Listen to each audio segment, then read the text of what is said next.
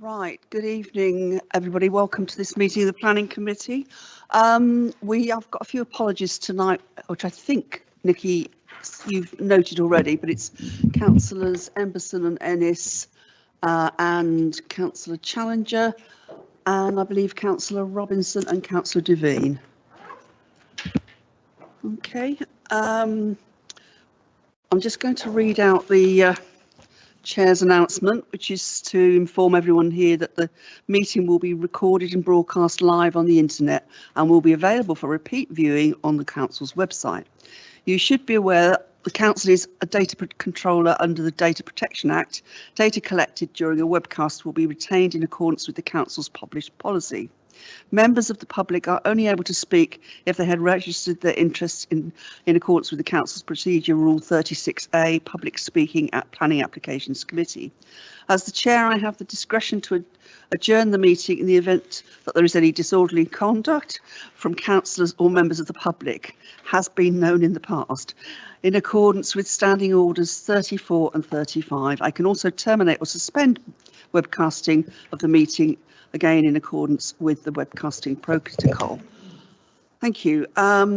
Which takes us on to the agenda, and the first item is the minutes of the last meeting. Is everybody happy that they're a correct record? Thank you. Do we have any declarations of interest? No, not seeing anybody. Thank you very much. We have no questions, and then we will then go on to the item 4, potential site visits on page 15. Thank you, Chair. Do you want me to Please, yeah. introduce that? Yeah, so on the list on page 18, there's a couple of sites listed on there. One is for an application at Tesco Superstore, Portman Road, for a change to their delivery arrangements. The other one is for land adjacent to the Reading Sewage and Treatment Works, application 212037, and that's for a transit site, a traveller transit site. Officers are advising that members may want, if they don't know the site already, you may have already been to the recycling centre next door to this site in the past, as you may know it, but it may be of assistance to visit unaccompanied there, and officers can provide you with a briefing note before that comes to committee. Thank you. Thank you. Councillor Lane, did you want to just... Yeah, Whitley Ward councillors in particular would like to attend a visit to that site. Thank you. Okay. I don't think we need to attend the other one on the list. No?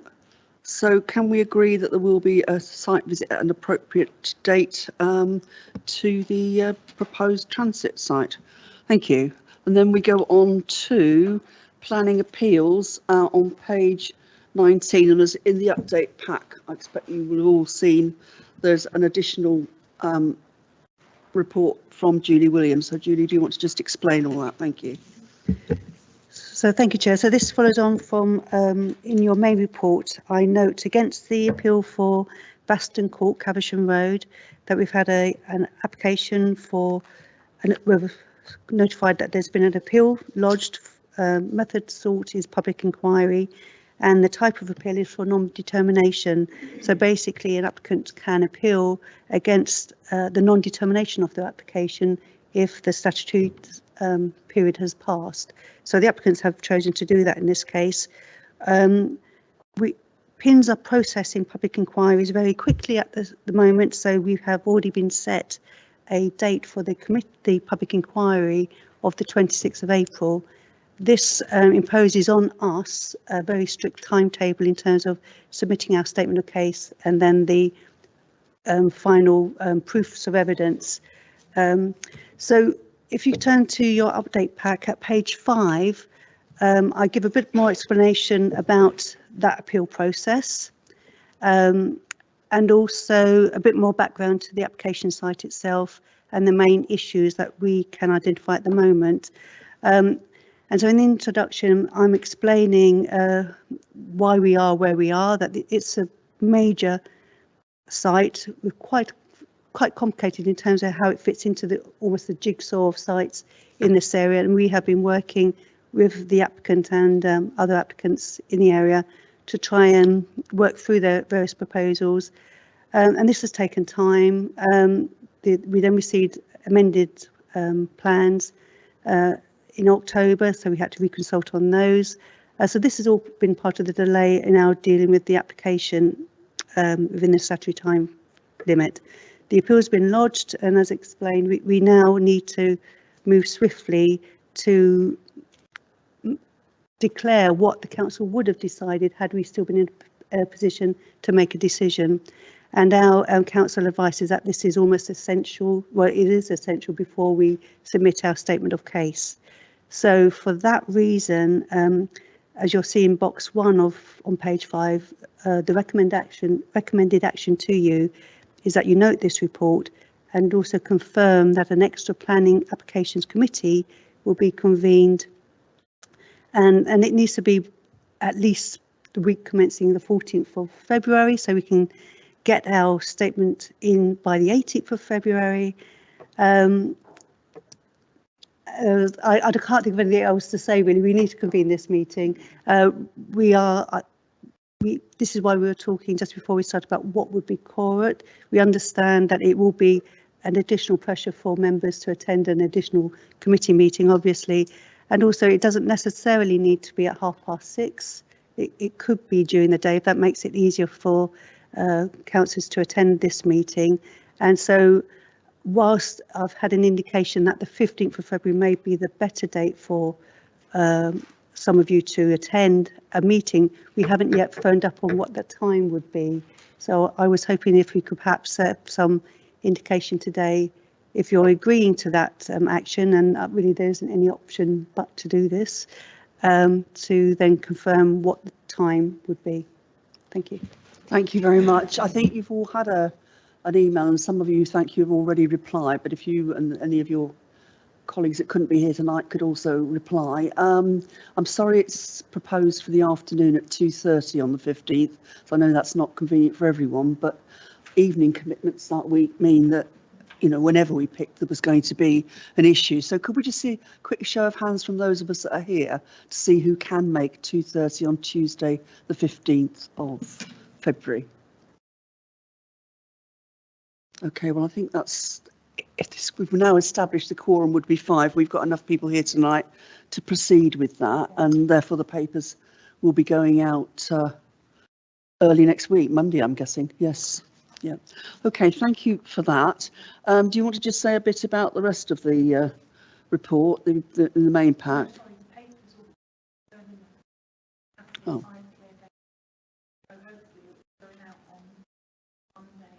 That's what I said. Yeah. No, I said no, Monday next week. Yeah, would you like to just say a bit about the rest of the report? There's probably not much else to add, but well, yeah, so as I say, I have tried to give you a flavour of the application that we are going to be considering on the 15th of February. So it gives you a background to the application. It is an allocated site in the local plan as part of the sites to the north of the station. You may recall the SSC site. We've been dealing with a public inquiry for that site across the road on the opposite side of Aston Road, and this all sort of links in together. And this is what I was saying at the start, that we officers have been trying to work with the various applicants and landowners to try and make sure that these all fit together. So it hasn't been a very easy application to progress within the statutory time frame, obviously, and with the lockdown, etc., didn't help in terms of our being able to progress with that. And at this stage, this is why we couldn't bring a report to you sooner. So, for example, for this committee, is our consultees are also struggling to get their comments back to us in time, because obviously for us to present a report to you to make an informed decision on, we need to have those responses back, and we are still getting them in. We've had a couple in come in yesterday, I believe, from BRE, so we are moving forward, but we are now seeking expert advice on some of the other matters that we still need to have clarity on, in terms of will this form a reason for refusal or not, or indeed actually is it acceptable, and so we can actually agree that in that sense, we won't be contesting the appeal on that ground. If indeed members agree that we should refuse it at all, you may well decide, no, we disagree with our report, that, and that can happen. So so that's why I've then tried to go on to explain what the proposal is, and also to explain what we see at the moment to be the main issues. As I say, we are writing the committee report almost as I speak. Other colleagues are, and so that's all being firmed up, hopefully in time for Monday. Thank you. You haven't got anything to add on the other appeal decisions that are outlined in the report? No, nothing to add. That's No, fine. thank you. Right, thank you. Can we note, we've already agreed the date for the meeting we need to have, but can we note the rest of that report? Yeah. Thank you very much. This takes us on to applications for prior approval on page 31. Thank you, Chair. I've got no comments to add to the report. Anybody got any comments, questions? No, thank you. Can we note that then? Thank you. And then we've got item 7, the proposed pruning of a horse chestnut tree at Hillbrown. I believe that Sarah is online somewhere to talk. I am. Thank you, Chair. Good evening. As I've explained in 4.2 of my report, is a requirement for applications for works to protected council-owned or maintained trees to be decided by a committee of the council, which is not responsible for managing the land which the application relates, hence why this has been brought to planning committee. It's also a requirement for public notice to be displayed for at least 21 days. This has been done with no comments being received. So following a branch failure in May last year, the tree was inspected, and this highlighted a cavity at the base and multiple minor cavities throughout from previous branch losses. The tree is located directly adjacent to a parking area and an access to the Ridgeway School. Whilst it appears in good physiological condition, the 2-metre crown reduction is proposed to minimise the chance of further branch loss. Officers consider this as a proportionate and reasonable pruning specification to manage the risk the tree presents, and therefore recommend that the works are approved. Thank you. Thank you. Anybody want to? Councillor McEwen, do you want to say something? It's your ward. Yeah. Thank you, Chair. Church Ward councillors thank officers and welcome this report. I think the report highlights the need to maintain trees in the borough, and particularly this one, which is very close to the school, of which I'm a governor as well, and also the car park. And I also think the report also highlights that pruning this tree contributes towards a corporate plan and for Reading to be a nicer, greener, more attractive place to live. So yes, we welcome the report. Thank you. Thank you. Not seeing anybody else. Can we move to a vote on that and agree with the recommendation? Thank you. Right, that takes us on to the applications to be considered this evening, and we have in the update pack people who are coming to speak to us about item number 9 on page 59. So I'll get the case officer to introduce the report, and then we'll call the public speakers to speak after that. Thank you. And that's Tom Hughes. Yeah. Sorry, apologies to Tom. Claire, sorry. I've written it over to one side. The application site is a strip of land to the south of a pedestrian footpath from Mill Green and is a drainage ditch that floods in heavy rainfall. The proposal is for vehicular access along this strip of land to provide vehicular access to the moorings to enable the applicant to access his motorboat. The frequency of visits are estimated to be no more than 6 times a month during spring and summer. The proposal involves levelling the site and installing stone-filled gabions, which are square wire boxes filled with rocks, along the boundary with the boatyard, along with permeable limestone gravel. The application referred to the reinstatement of an existing vehicular access. However, officers did not consider that the information submitted clearly demonstrated that a vehicular access had ever existed, as there are levels at the site where the drainage ditch is located. The site is within flood zone 3B and a major landscape feature and biodiversity green link as indicated in the local plan proposals map. Objections have been raised and the planning related objections have been summarised in the main report. As highlighted in the main report, the main considerations are the site's contribution to the major landscape feature by its low level of development, greenery and openness, the impact on trees which form a significant part of the character of this pedestrian route, its impact on wildlife, the impact of the proposal in terms of flood risk and pedestrian and vehicle safety. Amended plans were submitted following concerns from consultees, and updated consultee comments are noted in the main report. The Environment Agency removed an initial objection to the proposal following the submission of a flood risk addendum. However, their comments were not based on the amended plans. Efforts have been made to try to obtain comments from the Environment Agency prior to committee tonight, but unfortunately these have not been forthcoming, and an update report has been provided which confirms that this issue is still outstanding at this point in time. Officers are, however, content that this matter has been adequately covered in the first reason for refusal. The principle of installing a new vehicular access in this location is not supported for the environmental reasons given in the main report, and even if it was, the highways concerns raised are significant enough to warrant refusal. The application is therefore not considered to be in accordance with planning policy and guidance and is recommended for refusal. Thank you, Chair. Thank you very much. Now we have an objector who I believe is Jacqueline Winston-Silk, who's going to, yes, you want to take a seat and I'll just explain what's going to happen.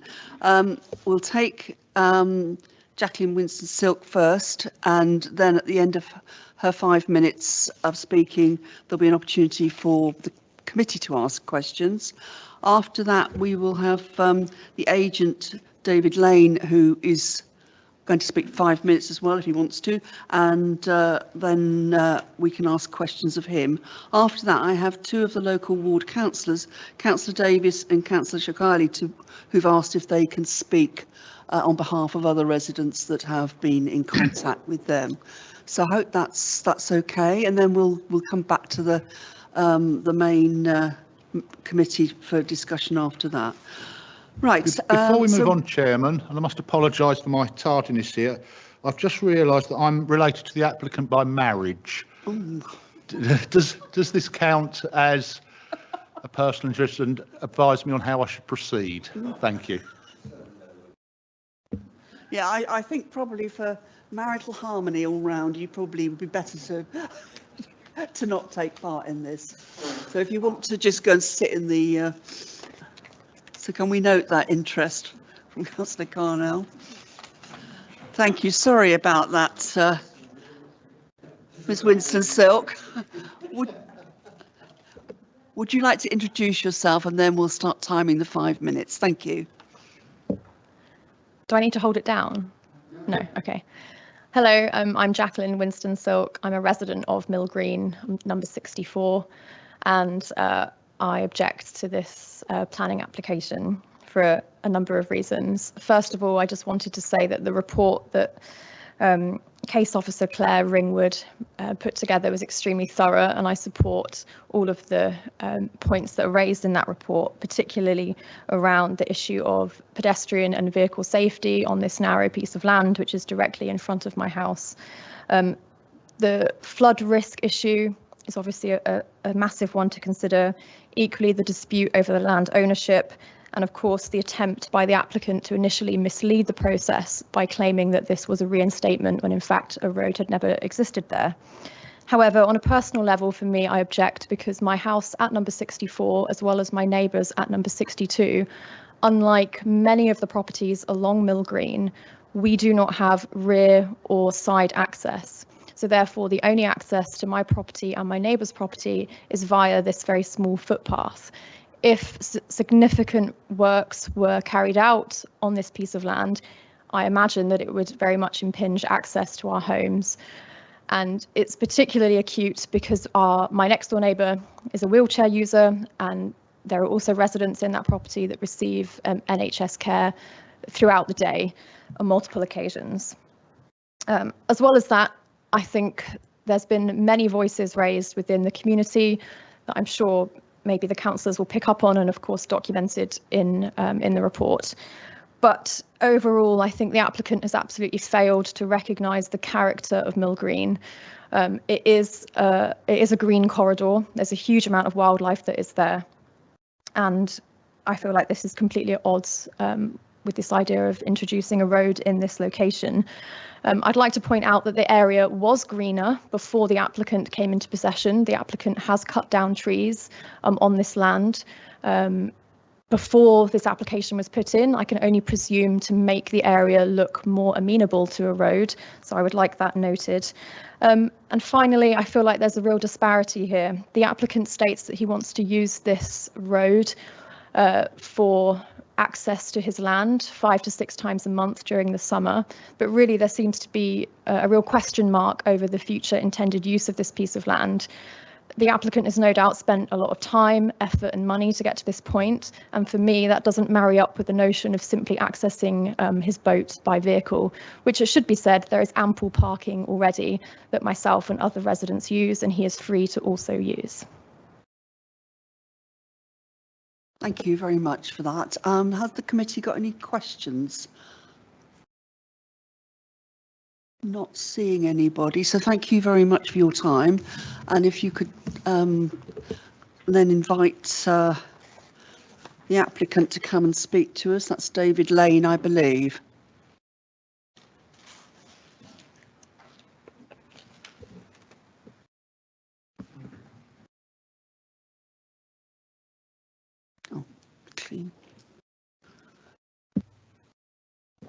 Good evening. Would you like to introduce yourself and then we'll start timing your 5 minutes? Yeah, my name's David Lane with DLA Town Planning. I'm the agent for the applicant. Thank you. Is that better? Sorry, I'm David Lane, the DLA Town Planning, the agent for the application. Chair, I would ask you to approve the application, and I'll do so as you'll see that in respect of flooding, the Environment Agency has withdrawn its objection. The scheme now proposes to provide more floodwater capacity than currently exists, whilst your SUDS manager is content. And just an aside, Chair, our flood risk consultant based his comments of the 25th of January on the latest set of drawings, which were deposited with you on the 1st of November last year. In respect to the natural environment, your officer states, I am satisfied with the proposals now in relation to trees. Your environmental protection officer raises no objection, and your planning officer accepts there will be no adverse impact on neighbours. In respect of ecology, our consultant has proposed a wide range of measures to ensure there will be a biodiversity gain as a result of this proposal. The use of the moorings has been questioned. Today this comprises moorings to the river, a wet dock, slipway and workshop, which are all in a sound condition. They're all shown on the 1898 and 1910 Ordnance Survey plans respectively and thereafter. An underground diesel store and pump was given planning permission by the council in March 1978. An aerial photograph from 2006 shows that the site was still commercially active with 6 boats moored alongside. In response to that, should say a previous owner's pre-app to the council in August 2010, your officers confirmed this commercial use. Consequently, there can be no doubt that the site has a lawful use as a commercial boatyard. Whilst this use has declined, it has not been abandoned. In respect to the vehicular access from Mill Green to the moorings, this is clearly shown on OS maps from 1882 onwards. A statutory declaration from the previous owner of the site forms part of the application before you this evening. This confirms that between 1978 to 2008, there was, and I quote, an undisputed and uninterrupted right-of-way over the accessway. It is this accessway which this application seeks to reinstate. As stated in the application, the access would be used solely by the owner of the moorings using his private car to access his motorboat. Consequently, he would sign a legal agreement to this effect and to ensure that the moorings were used in perpetuity as private moorings and not as a commercial boatyard. Consequently, the access would have the use and characteristics of a private drive with a turning head to the moorings. There is no need for a 5.5 metre wide carriageway as suggested in the report. As a private drive, it is quite common to have a shared surface, i.e. a driveway used by pedestrians and vehicles. And to approve, the right to use this footway would remain uninterrupted. To conclude, Chair, the proposal before you is to reinstate an access to the moorings, a long-standing commercial boatyard. As the applicant wishes to use it solely to moor his boat at the moorings, he is willing to sign a legal agreement to this effect and so secure the cessation of the commercial boatyard use. The application will provide better flood amelioration than currently exists. The adjoining trees will not be prejudiced, and there is the opportunity to provide for a net biodiversity gain. Chair, in all these circumstances, I would ask you to approve the proposal but subject to a legal agreement as I proposed. Thank you. Thank you.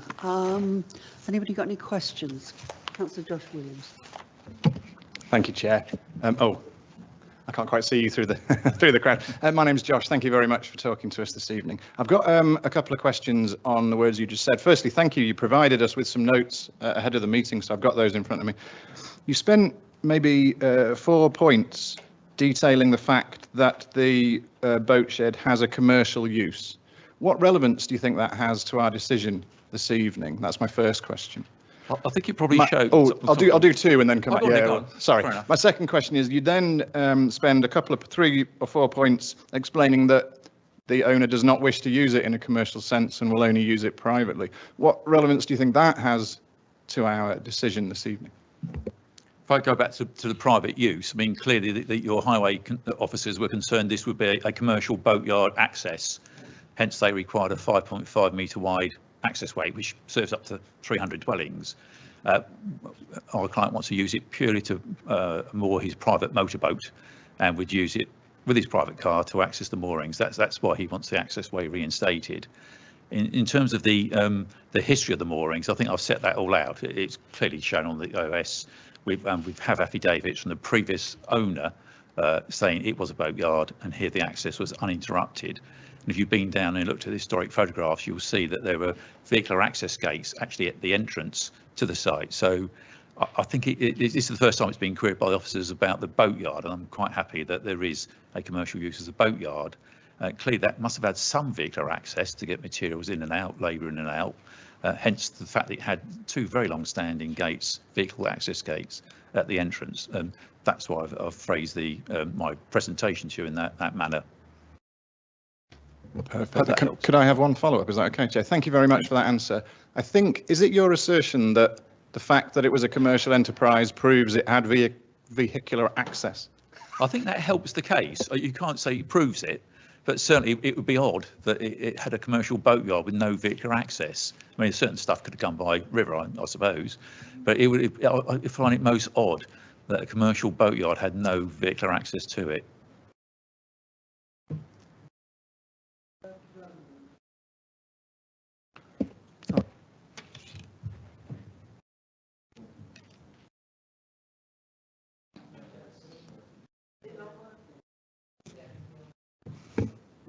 There we go. Great.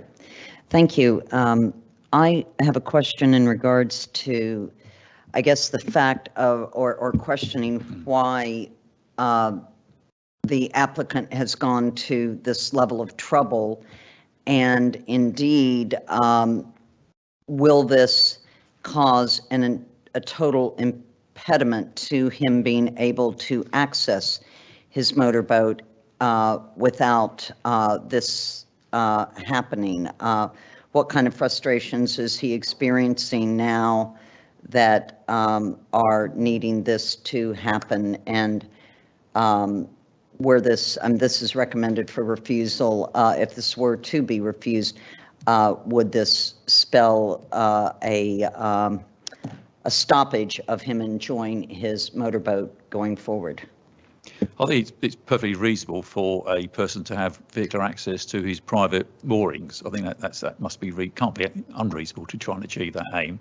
I haven't asked him what's going to happen if he can't get this through tonight, his private moorings, but clearly he's got commercial boatyard. That's his choice at that point. Councillor Stanford-Beale, you were next.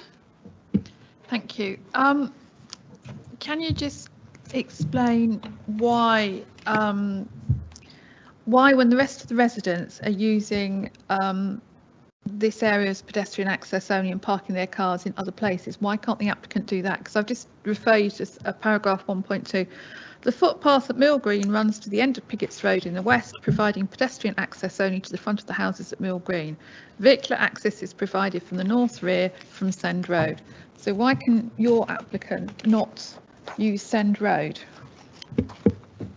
Again, I think it's not unreasonable for somebody to have vehicular access to their private moorings. And what I do look at, you've quoted a bit of the council report to me. If you look at paragraph 1.3, you'll see there that your officers say the status of the footpath at Mill Green is that it is not a footpath. on the definitive map. It is, however, a pedestrian public right of way and adopted. Now, if you've been down there, you'll see there are actually highway signs down there. That's again another clear indication this was at one time a public highway used by vehicular traffic. He bought it on that basis, and he also bought it with the benefit of the statutory affidavit from a previous owner saying, yes, we had vehicular access along that tract. It was interrupted by some persons unknown who dug a ditch.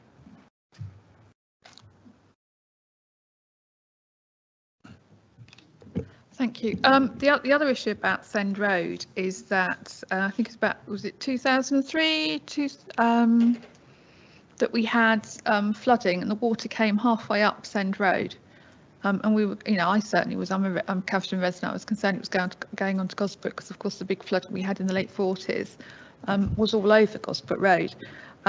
So, neighbours down there are concerned, and when the river is high, sometimes they can't flush their toilets. So flooding for neighbours is a very real, very real fear. Some residents in this area have had issues over getting insurance because of the flood risk. So, I mean, the committee have to consider very carefully. Can you ask a question? We'll come on to detailed discussion after everybody's spoken. So I'm still, I don't understand why you're saying that you've got a sworn affidavit that it was previously vehicular access. How are you saying that is the reason why we should grant planning permission for vehicular access now? Because it's, we have an English system of law of buyer beware. Again, when we submitted the application, we sought an application to reinstate the access, and that's how we phrased the application. The description of development was actually changed by the officers. As far as we're concerned, the access is there. It was interrupted by persons unknown digging a ditch across it. But clearly, when you look at the OS maps, the access was there. It was a vehicular access. And in respect to flooding, as I've said in my presentation, we're going to dig some flood compensatory, going some ponds actually on the side of the moorings. Sorry, actually on the side of the moorings. So the proposal will actually increase floodwater capacity in the area, so reduce flooding. Councillor Lang, you were indicating. Thank you. Yeah, thank you for your presentation. It was just a quick one, really. I mean, it's significant investment for an access road to a boat. I mean, I know boats aren't cheap. You mentioned the previous planning application back in 2010, but you didn't mention the one in 2018, the demolition and erection of 2 detached dwellings. Would this access have anything to do with that? Funnily enough, that's where I got it quoted from, the chap called Tony Thorpe Associates. Yeah, he actually did a DNA access. I did ask for his permission to do it, and the quotes I've given to you are from his DNA, which basically said in 2010 the council accepted the site had permission for a commercial use. No, I'm on about the dwellings, as in houses, flats, 2 erect dwellings. Yeah. Yeah. We have no intention to do that. It's just my client purely wants it as private moorings for his motorboat. He'd be very happy with that, but he needs a vehicular access. Road with significant construction to get a car to visit a boat a couple of times a month. That's what he wants to do. Yeah. Okay. Thank you. Okay, I'm not seeing anybody else indicating. I'm sorry I can't call you back. We have a sort of rule that we can't go on all evening. You get your 5 minutes and then the applicant gets their time as well. So we're now going to go on to the ward councillors. I think Councillor Davis asked to speak first. So if we could beam Councillor Davis in, please. Oh, yeah, to go and sit. Sorry. Yes.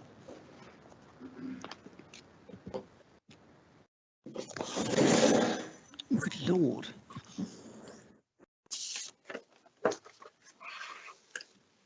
Are you okay, Councillor Davis? Sorry, can you see my huge face on the screen now? No, yeah, we can see you. Okay. Okay, well, thank you for inviting me to speak, or letting me speak. Natalie, can you stop sharing? Cool. Thank you. Can I go now? absolutely clear, we Right. don't get to question the ward councillor. He's making a statement. Okay, can I start? Please do. Okay, yes, thank you. I'm speaking tonight to oppose this 210544, this application, and to support the recommended action, which is to refuse the permission. While other speakers, and maybe Councillor Shikale, who's got more expertise in this, may mention the increased flood risk or the impact on flood risk the application poses, I'll really address my remarks to the character, the impact of the character of the area, basically the urbanisation, if you will, of this part of Caversham that this application, if it went through, would bring.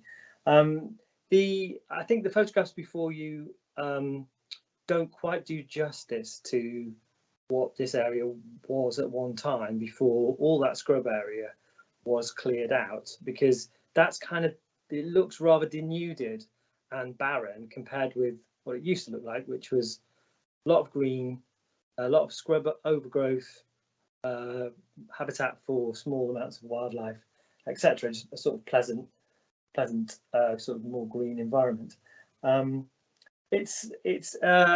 The area is a quiet community of homes, if you've been down there, with gardens that run down to the riverbank. There's a path that we're talking about, the impact of the application will be on. It's predominantly used by local people to access their houses and gardens, and it's also used by other sort of area people of the wider area who might want a pleasant walk through route along the river to somewhere else they're going, or perhaps they're just out for a walk along the river. It's as I say, it used to be. It's still parts of it are overgrown and green. It's habitat for wildlife. It's usually very quiet, except for the sounds of children playing in the gardens or sounds of boats going past. And I think it's incredibly important for us. We need these little bits of sort of semi-ruralness, if you like, in our urban environment, because they contribute to the well-being of people in Mill Green and people in the wider area generally. You know, the chipping away of these sort of semi-wilderness areas within our urban environment is a sad thing to see, and I oppose it. So I think building a road from the end of the path, filling in the ditch, that will obviously prevent the growth of vegetation back along the areas that are going to have the gabions built into them.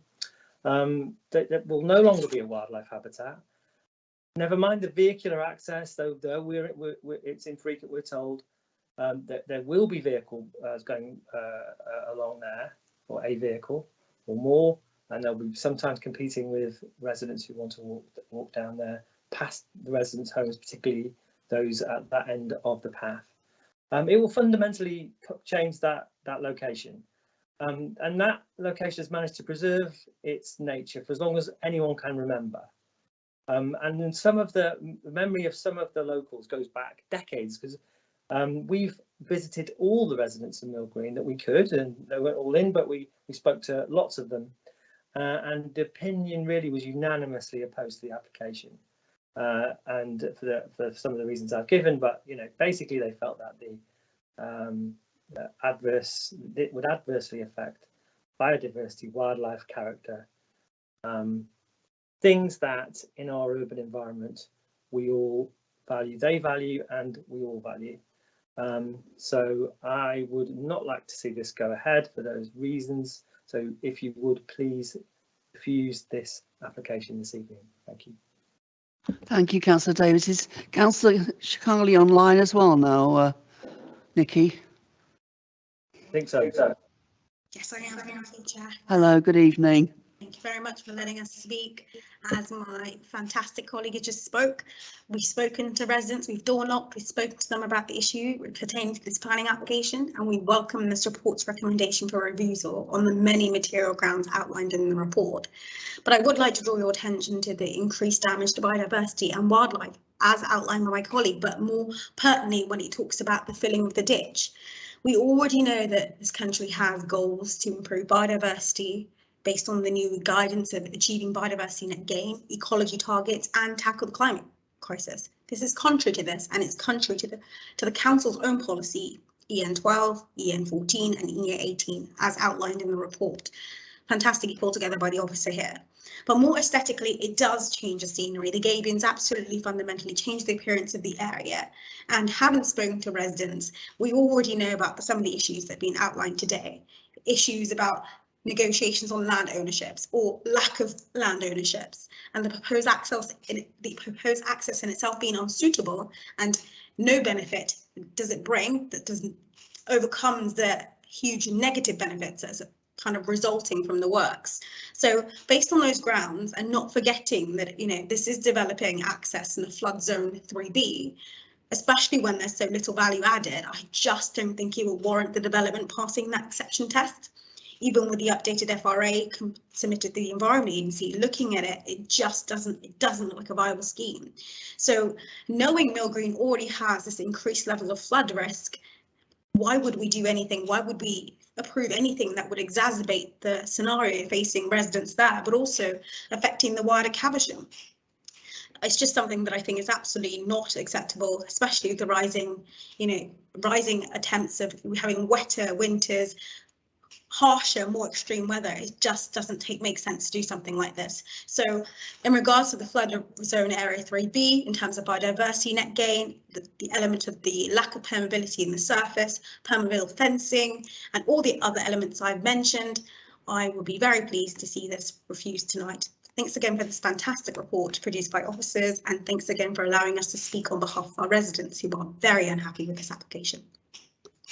Thank you very much.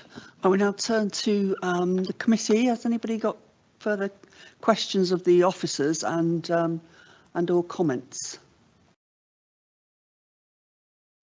Not seeing anybody indicating at the moment. Councillor Rowland. Well, I would just say very briefly that I thank the resident, I thank their councillors for coming forward and speaking on behalf of the residents in this case. I thank both councillors for highlighting the biodiversity challenges, the climate change challenges that we're facing. And I also thank Councillor Davis too for describing, I think, quite well the beauty of the site and the charm of the area, which I have visited before and enjoyed many times. I think, you know, we're here to weigh divergent policies and divergent opinions and all of those things. And I think that Councillor Shakali summed it up very well, at least to me, that on balance, the justification for this in the middle of a climate emergency, right on precious riverbank, just is simply not justified. Councillor Stanford Beale also alluded earlier, she may go on later, about a buyer beware situation. You know, if you wish to be able to have such an access, you might wish to think about it beforehand, or be able to ensure that could be done. So I am happy to go with the officer's recommendation on this, and I would urge colleagues to consider the same. Thank you. Thank you. Not seeing anybody else indicating. Do the officers want to come back on anything? You seem to be having a bit of a conflab in the corner there. Sorry, we've been. Yes, with apologies. I was just checking that Wendy was receiving some of the, because I'm liaising with the case officer about the in the agent's statement. He's talked about the legal agreement as being a possible solution. So I was just sort of wanted to rehearse that with Wendy as to what was her view on that. So that's as far as we've got. So do you need to add anything? The advice I've given, because it's my understanding that that strip of land is not in the applicant's ownership, and therefore, as you all know, a section 106 needs to bind all parties, but particularly the owner of the land. So if the applicant is not the owner of the land, then a section 106 won't flow. Thank you very much. Right, well, I think we should move to a vote. All those in favour of the opposite recommendation to refuse this application? Thank you, that's unanimous. Thank you very much, and thank you to everybody who came to speak. Thank you, committee. Oh yes, could somebody please fetch Councillor Carnell? I checked, and I'm not married to anyone, any of the applicants. Just wanted to make the committee aware of that. Thank you, Richard. Right. We ready to move on, and we go back to the order of the agenda now, which takes us to item 8, which is 22A. 22A Wayland Street on page 41. And I believe that Tom Hughes is going to introduce this. Thank you, Chair. This application is for the conversion and alteration of a vacant storage workshop building in the Castle Hill, Russell Street, Oxford Road Conservation Area to a 2-bedroom dwelling, introducing contemporary porch and upward extensions of an angular design with 2 courtyards created to the rear. Officers consider the existing building to make a limited contribution to the character of the area, and that the proposals introduce an interesting, innovative, high-quality design, which in the context of this irregular site would represent a modern enhancement of the conservation area. Subject to conditions and the completion of a legal agreement to secure an affordable housing contribution, the officer recommendation is to grant planning permission. Thank you, Chair. Thank you very much. Councillor Rowland, you're indicating. Thank you, Chair, and I thank the officers for their report. And I have appreciated and read through it thoroughly, and also read in the update pack the additional comments from the Conservation Urban Design Officer. As we know, this is in the Castle Hill, Russell Street, Oxford Road Conservation Area, which is a conservation area at risk. The reason that conservation area is at risk is largely because of the loss of small detail features. In short, and not to belabor the point, I see an incongruity between the officer's recommendation in the report and the officer's recommendation in the update pack in terms of the treatment of the front portion of the site and its effect on the conservation area, at least on the streetscape of Wayland Street. And I think if colleagues would turn to the illustration on page 56, we can see what is intended there. And I think that what we need to do, or what I would like to do, is to have a bit more examination about this and whether indeed it is enhancing the conservation area in line with section 16 of the NPPF. I would prefer to see that is examined again and taken a look at in terms of the way it affects Wayland Street. Wayland Street is a street in the conservation area that is not flush with details of certain outstanding features, although this was once a carriageway entrance where horses and carriages went back through a couple of double doors that you will see from an earlier photo, I believe.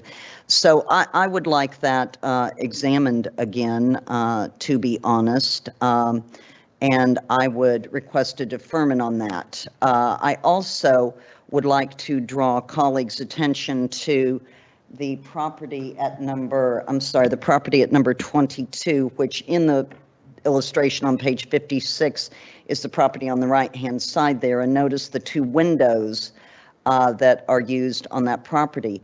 Nowhere in the report did I see any information about how the window of the proposal and the windows, the two windows actually on the side of that property would relate to each other. And that is something that I would like to be explored as far as overlooking, as far as a possibility or need for glazing or like an opaque type of glazing or something like that, so that we don't have a conflict there that could be quite challenging.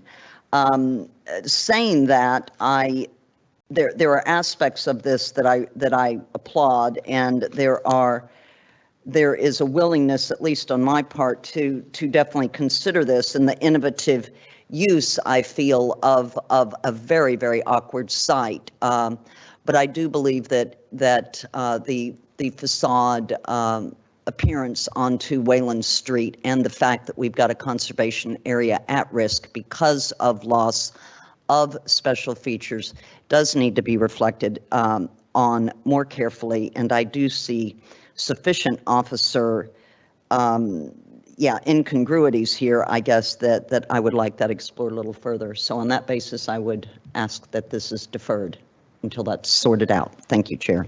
Thank you. Councillor Page, you were.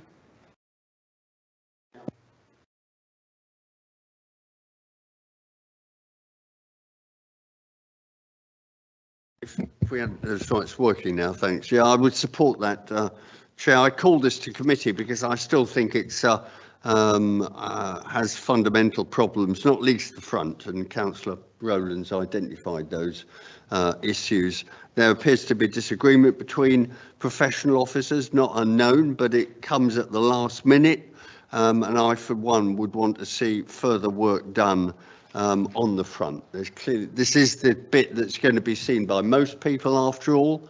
It's an interesting site. I think one could put it in most neutral. I think the issues that Councillor Rowland's raised are worthy of taking back. Frankly, I don't actually see a need for the extension at all, and that the existing building should be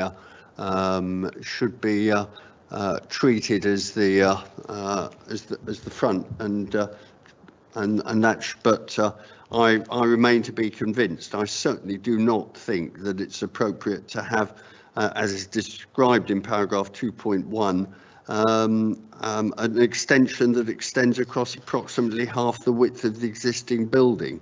And it's a dog's breakfast of a design, I mean, it's a dog's breakfast of a site, let's be candid, but the front is what is going to be seen. It's going to be, and for the reasons that Councillor Rowland's outlined, I would support the deferral for further work.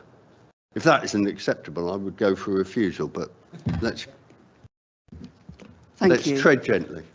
We have a proposal from Councillor Rowland, seconded by Councillor Page, that we defer this further discussion around the issues that they have raised. Can I see all those in favour of that proposal? Thank you. It's unanimous. Thank you very much. Now we've decided that, can we move on now, please, to item 10, which is 153 North Court Avenue. And I believe Richard Eatoff's going to introduce this. Yep. Thank you, Chair. This application concerns a semi-detached property on North Court Avenue in Reading. It's been considered by your meeting at the request of the ward councillor, Councillor Pearce. I'm afraid the plans and photos were missed off the main agenda, and you'll find them in the update report. The proposal involves a number of extensions to this property. Officers are content with the impacts on the street scene of the two-storey side extension. However, there are a series of rear extensions, none of which are considered to be suitable in terms of design or bulk, featuring extensive flat roof areas at ground, first and probably second floor level as well, which are considered to be sufficiently unsympathetic and harmful to the character of the areas to warrant refusal. A second consideration is that there's a new side bedroom window proposed, which would rely solely for its outlook over neighbouring land, which is considered to be detriment to the amenity of both sites. That, with the long flank wall, as you can see on the proposed side extension on the screen there, forms the second reason for refusal. I've spotted a couple of minor drafting errors in the report, I'm afraid. Paragraph 6.5, the sentence tails off. It should read, the size and expanse of the ground floor flat roof is considered not to be sympathetic to the property. The conclusion in the report doesn't include the second reason, but otherwise the applicant is aware of the officer recommendation and we understood was considering withdrawal, but by gone 6:10 this evening, we still haven't received that. So the recommendation remains for you to refuse permission, please. Thank you. Thank you very much. Sorry, I can see through Councillor Page again. Councillor McEwen. Yeah, thank you, Chair. Yeah, again, I thank officers for the report, and I agree that we have had, well, Councillor Pearce especially has had some contact from local residents, and I agree that this application should be refused. Thank you. Anybody else? Can we move to vote those in support of the recommendation? Thank you. That's unanimous. And that takes us on to Yeomanry House on page 99. And I believe Ethne Humphries is going to introduce this report. Thank you, Chair. Full planning permission and listed building consent are sought for the use of Yeomanry House as a day nursery with associated internal and external alterations. Reading Borough Council is the applicant. Yeomanry House is a listed building and within the Russell Street, Castle Hill, Oxford Road conservation area. Officers consider that the proposals are acceptable in terms of the principle of the use, the effect on heritage assets, and in respect of trees and landscaping. The proposals are also acceptable in terms of transport and parking arrangements, the impact on neighbouring properties, and the provision of suitable internal and external space for users of the nursery. There is an update report on page 19 of the update pack. This includes clarification on trees and landscaping matters. It also includes an additional condition in respect of bin storage and confirmation from the Council's Conservation and Urban Design Officer that there is no objection to the proposals on heritage grounds. The proposals would bring the building back into an acceptable use, and approval of both applications is recommended, subject to the conditions as outlined in the main agenda report and the additional condition outlined in the update report. Thank you, Chair. Thank you very much. It's a site that's got a lot of fond memories for some of us, but I see Councillor Rowland indicating. Thank you, Chair, and I thank the officer for the report, and I also thank the officer for the update report and going into some detail about the landscaping with the proposal that further work can come forward. This is not. This is a heritage site. A heritage site that actually should enjoy a wonderful vista straight out to Castle Hill. And I think if colleagues will note the red line of the site, you will see the entire area and its possibility for landscaping on page 114. We'll also see that there's a recommendation for removal of 10 trees. So I became obviously very concerned about the removal of those trees and the fact that I don't really necessarily see something coming forward to replace. So I appreciate the additional focus that we would be able to have as in the update report to seek further landscaping. The landscaping to the front is an area of a lot of underbrush and some really exceptional trees that go on the way from the front of the house out to Castle Hill. It took me years of living in the area before I realized that the original intention was to actually see the house offset from Castle Hill. And that view, should that be restored or be able to be amplified through a better consideration of landscaping, the landscaping can also form a really positive part on a really remarkable building that does contain a lot of fond memories for some people and many people that were married there. Amongst other things, it's an exceptional building and has quite a history in terms of the conservation area.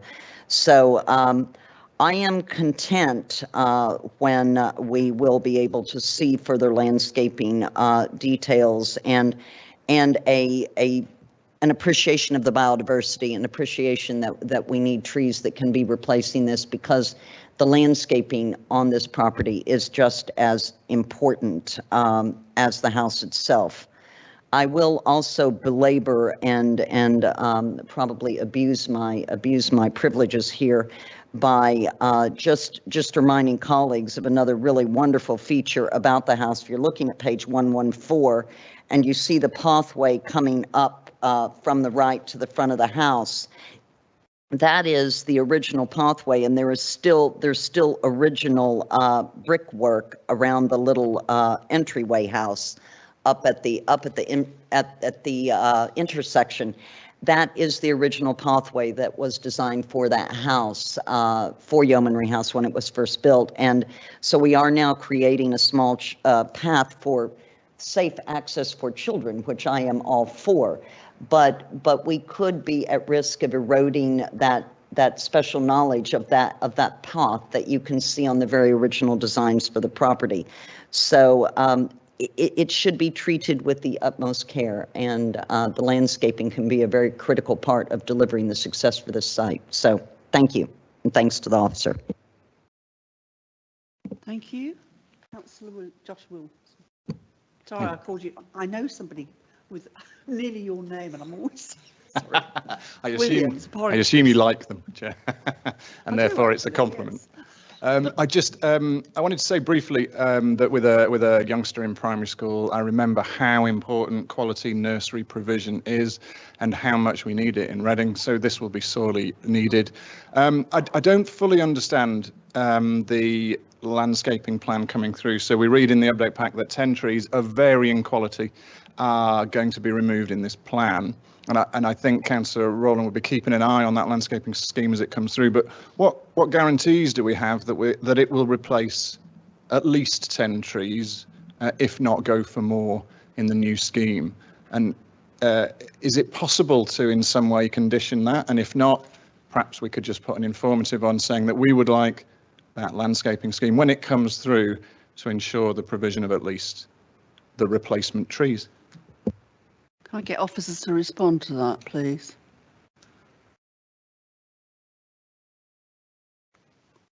Ethne or?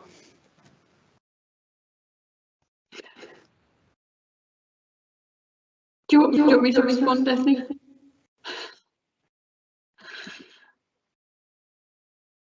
I'll go ahead.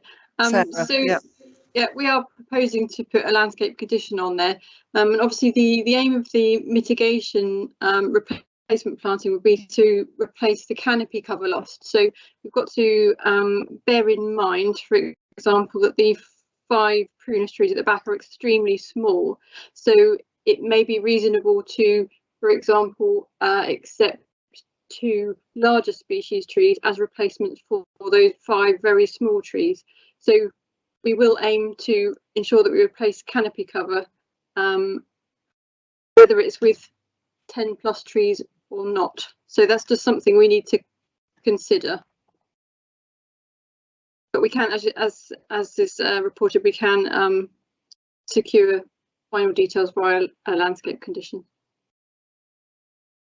Okay. Thank you. Thank you very much. Yeah, did I understand right that the canopy cover which will be replaced is part of the condition, or just something we're aiming at? Well, as part of the landscape condition, that would be something that I would bear in mind when assessing any landscape plans that come forward.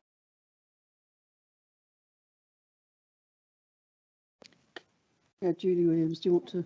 Yeah, I think our landscaping condition requires them to submit details of the types of trees, the size of the trees, and so that's when Sarah will check those trees to calculate that as they grow, that they will provide that canopy cover. Obviously, when they're grown, they won't, but eventually that the idea is that they will mature and replace, provide the canopy cover that we require, and also that they will actually be acceptable in this location in terms of, yes, but yeah.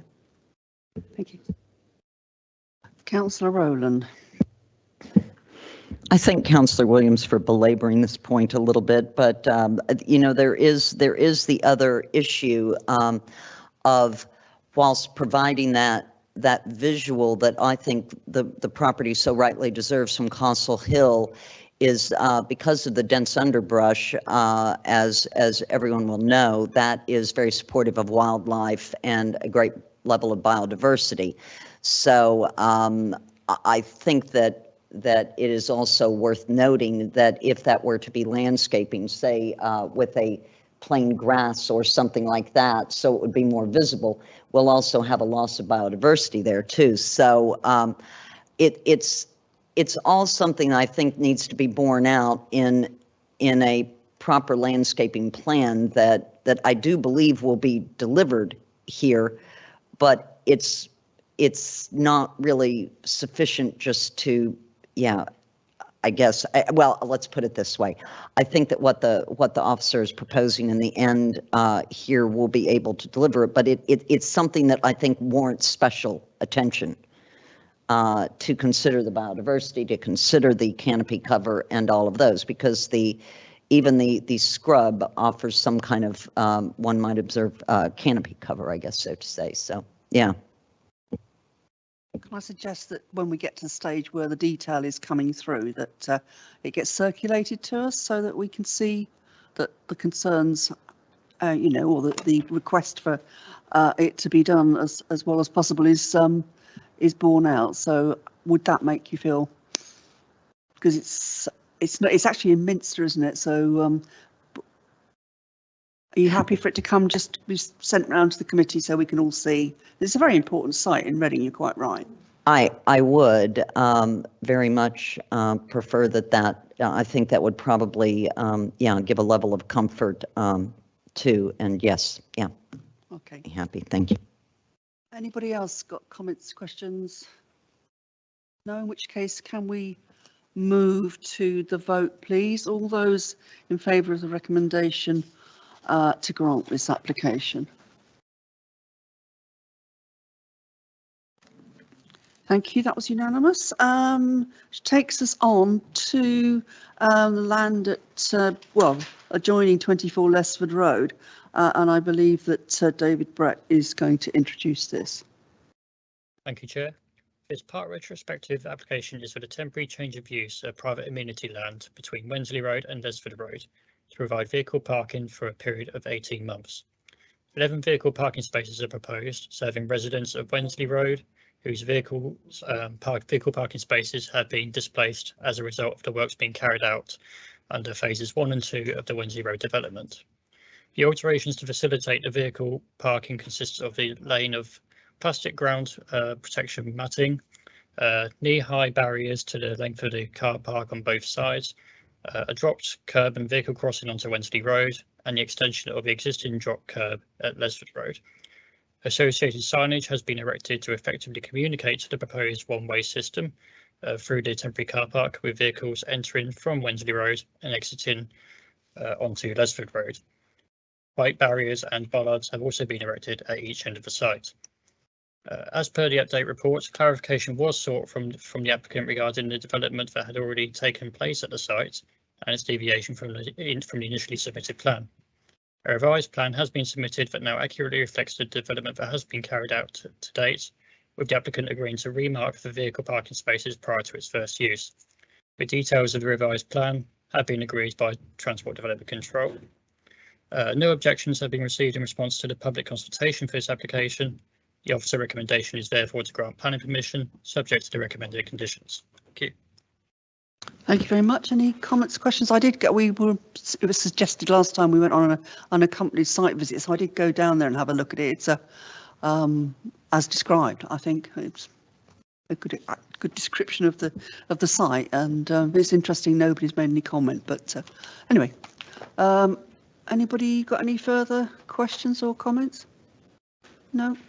In which case, can we agree with the recommendation? All those in favour? Thank you very much. And then finally, we get on to the proposals for the Avenue School. And Julie, I believe you're going to introduce this one. Thank you. Thank you, Chair. Yes, so this is an application to vary a condition from the original 2006 planning permission for when the Avenue School was developed on this site. Condition 5 of that permission specified the types of uses that would occur within this mixed use site, and that is set out on page 134 at 2.2. The condition included within the use and for children's services and related offices. With the children's services moving from that location, the special needs school has obviously recognised the opportunity to expand the capacity for pupils at the school, and so to enable that to happen they need to change the condition to allow that to happen. So the recommended condition now is as set out on page 133, basically deleting the reference to the children's services, but everything else remains as is. We've also, because of that though, we also need to change the approved plans condition to reflect the new plans that they have provided showing the proposed layout, and also in response to comments raised by our transport advisor in terms of car parking. We needed reassurance that the additional pupils, the additional staff, what impact would that have on car parking? That's now been satisfactorily addressed by the applicant. They have reached an agreement with the leisure centre, sports centre next door, to enable them quite sensibly to use the mainly vacated spaces during the daytime for teachers to park. And so that also, he has requested that we have additional conditions. So if you turn to your update pack, in there we have some additional conditions to require that they provide the parking as they have proposed, they comply with their car park management plan, that they carry out an annual review of their travel plan, and that they also provide electric charging points within the new spaces as per standard with our adoption of the local plan since then. So with that, the recommendation is to allow this variation to go through. The full planning permission for this one will include all the previous conditions, but with the amendments slotted in. And so I've tried to give headlines for those in the update report as well, so you can see how it would fit in. Thank you, Chair. Thank you very much. Anybody got any questions or comments? No. Oh, Councillor Stanford Beale, yeah. See you. Just a very brief comment to thank the authority for increasing the number of special needs places, as we've got so many more children that require them. So thank you for that. No, absolutely. And when given it used to have staff coming and going for the offices there, then I mean the parking's extremely important in getting it right. But nevertheless, it used to be quite busy with people for the offices anyway. So I think it's acceptable and a creative way of ensuring that staff needing to get to the school can park. Right. Can I see all those in favour of the application? Thank you very much. That's it.